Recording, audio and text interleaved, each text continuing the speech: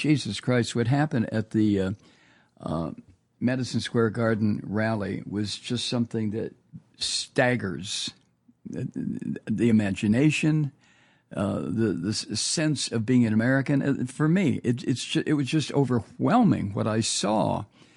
And that was, I saw a bit of it. I had it recorded. I saw a bit of it last night, Sunday night when I got home. And it was like, what in the hell is this? What is this? Well, we know we know exactly what it was. There is a documentary, it's been out a couple of years now, called A Night at the Garden.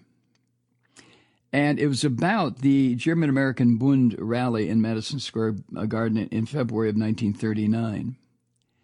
And you can get it, you can locate it online. You can probably locate it on a number of different video presenting networks online or on your Roku computer or whatever, but it's worth a look. It really is. And the point of that documentary is that with the right social, political, and economic conditions, a huge number of Americans can indeed be persuaded by rat-infested demagogues like this Donald Trump. So the question came up when the organization, Field of Vision, who produced that documentary, why they would make such a hate-filled event available on film. And as they said at the time, it wasn't because it's enjoyable listening to this shit or that they endorsed any of the ideology or the perceptions or language used by the speakers. To the contrary, the point of making it, obviously, is to show this rally as a raw, unedited hearing of a horrible event that takes place during a critical period, and we've had several in American history. And I'm talking, of course, about just months before the U.S. involvement in World War II, when the America First movement in this country that was supported by industrialists, supported by heroes like Charles Lindbergh, that organization, America First, which was anti-Semitic, it was anti-socialist, it was anti-liberal, anti-woman, anti-immigrant, especially anti-immigrant. It was gaining traction every single day. And the public rhetoric used by the German-American Bund played to the assumptions of these movements that were anti-Semitic or anti-immigrant. And the way they did it, they raised the fear-mongering specter of an international Jewish cabal. And the idea was that these Jews were going to deprive America of our sovereignty and bring Soviet-style communism to this country. And the leader of the German-American Bund, this Hitler lover, a guy named Fritz Kuhn, he put it this way. Here's a quote. "We, the German-American Bund, organized as American citizens with American ideals and determined to protect ourselves, our homes, our wives, and children against the slimy conspirators who would change this glorious republic into the inferno of a Bolshevik paradise." End quote.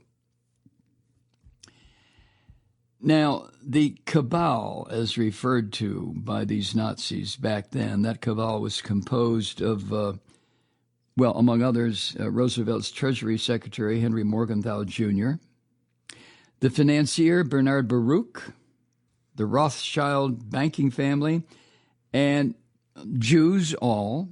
And today, for those on the Nazi right in this country, the Jewish billionaire boogeyman for them now is the progressive George Soros and his supporters. Things don't change that much, do they? And the only difference now, or not the only difference, one of the pronounced differences now, is that Trump, this orange Nazi, and he's full blown out now. He is a Nazi. The only thing missing is the swastika armband when he addresses the slobbering fools who gather and fill up Madison Square Garden as they did the other night. But Trump shies away from specifically using the old trope about Jewish bankers and internationalists. He leaves that up to the scum who support him, like the South African immigrant, what's his name, Musk, and these slobs who appeared on the stage last night. This guy who bills himself as a comedian. And then, of course, last night you also saw the Jewish Nazi. And this guy really, really freaks me out. I'm talking about Steve Miller, who is a Joseph Goebbels wannabe. Oh, my God. But there he was. And I swear, I know I'm not supposed to make ad hominem attacks, haha. But Stephen Miller always looks to me like a rabbit alley rat. His gestures, his little bald head, his rodent-like face, when he's up there screaming and yelling like he was last night with his arms raised in the air, pounding the podium, talking about Der Führer, Adolf Trump. I can't believe that this guy is a Jew, but he is. Trump is surrounded by Christian fascists, and there are a couple of Jewish fascists with him. And Stephen Miller, of course, is the worst of the worst. It's just, this is a guy whose brain has to be totally rotted away and replaced with Hitlerian sentiments. It's just unbelievable to watch or to listen to Stephen Miller. And this little rat has laid low for the past 3 or 4 years. But during the Trump administration, it was Stephen Miller who decided to take children away from their parents and put them in cages, very similar to what the Nazis did to children in Dachau and Bergen-Belsen and Treblinka and Auschwitz and other death camps that Stephen Miller obviously knows about. But you talk about one sick fuck. Trump is surrounded by them, but this guy, Stephen Miller, stands out. He just absolutely does. Maybe it's because of his hideous appearance or the way his face contorts into this Eichmann kind of look while he's shouting and screaming. But, oh, my God. But anyway, the speakers at that event all those years ago, and this is worth talking about. I'm sure Rachel's going to talk about this, but the speakers back then relied on this white supremacist bullshit with a very strange American twist. And what they did, they used George Washington, the country's so-called founding father, as the patriotic foundation on which to build their Nazi non-interventionist platform. Now, when they talk about non-interventionist, it was actually pro-Hitler. They wanted to stand back while Hitler absorbed, devoured, destroyed country after country in Germany. So the term non-interventionist is a little bit milquetoasty for me. It was pro-Nazism. But anyway, the event back in 1939 was scheduled to coincide with Washington's birthday, which was February 22nd. And if you look at some of the film work from or the posters from that event, the rally featured a 30-foot image of Washington flanked by red, white, and blue bunting and swastikas. That was the visual backdrop to just a succession of these Nazi uniformed speakers. These were Americans. These were Americans who were Klan supporters, anti-black advocates, anti-Jewish, anti-everything except white, and here's the key word, Christian. This horror that has absorbed this country now is the same thing with the political overtones brought about by this fascist bastard Donald Trump. The intermarriage of fascism and Christianity it couldn't be more perfect if the end goal was destruction, chaos, horror, death, isolation, dishonor. We've got it. The notorious anti-Semite who had, he was on NBC. I've talked about him before. A Catholic priest in this fucking Catholic religion. I'm sorry, you may be a church-going Catholic. Maybe you go to Mass at least once a week. Okay, whatever. But this religion, this Catholic religion, is one of the most vicious, murderous, destructive branches of Christianity ever conceived. But Father Coughlin, who was on the NBC radio network at the time, he was a radio evangelist. He was held high as a martyr and victim of the so-called Jewish-controlled media, even though he reached probably 30% or more of the American population when he was spewing his hate and filth and anti-Semitism and pro-Nazism.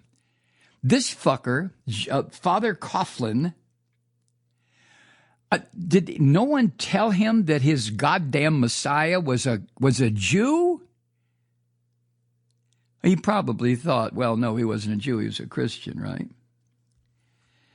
Anyway, rally goers in 1939 were disappointed that Father Coughlin didn't show up to speak at this fucking rally because the German-American Nazi coon had repeatedly promised, quote, "A prominent Catholic will attend to discuss the Jewish question." Well, it didn't dampen the address by the Bund. Father Coughlin wasn't there. He was trying to figure out different ways to demonize Jews. But the Bund publicity director, one Gerhard Wilhelm Kunze, who went on and on about the Jewish domination of American culture and called for news and culture without a Jewish accent. Now, Kunze fancied himself as the American Joseph Goebbels. That's the role that Stephen Miller has assumed now. And Kunze complained there was no free speech for white men. Does that sound familiar? It should. No free speech for white men in the United States. And he condemned, Kunze did, what he called parasites like Walter Winchell, a Jew, George Burns, a Jew, Leonard Bernstein, a Jew, Eddie Cantor, a Jew. And he said they were polluting the ether and taking the rightful places of Aryan Americans in the cultural milieu. In brief, this guy called for the ethnic cleansing of the airwaves. Is it too much of a stretch to go from the Christian nationalist demons of 85 years ago to current American fascist allusions to Jewish control of Hollywood studios and other media outlets? No, it is not. Do you understand? I know you do. I just get a little bit riled up. That this is exactly what we're now. This is exactly what Trump was talking about, what he has been talking about for months and months and months. Hi, Truth Seekers. Mike Malloy here. You know, the Progressive Voices Network brings you commercial-free commentary from today's leading progressive radio hosts and pundits, like me, Mike Malloy, 24 hours a day. I'm not your typical old guy from the 80s or the 90s talk radio host, and Progressive Voices is not your typical talk radio network. It's a listener-supported nonprofit with no corporate control whatsoever over our broadcast. So hosts like me, Mike Malloy, are free to rant and scream and carry on about whatever we like. We're often controversial, but we're never boring. Weeknights, 9 p.m. in the East, 6 p.m. in the West on the Progressive Voices Network. Always progressive, always on. I'm Mike Malloy. Keep it lit.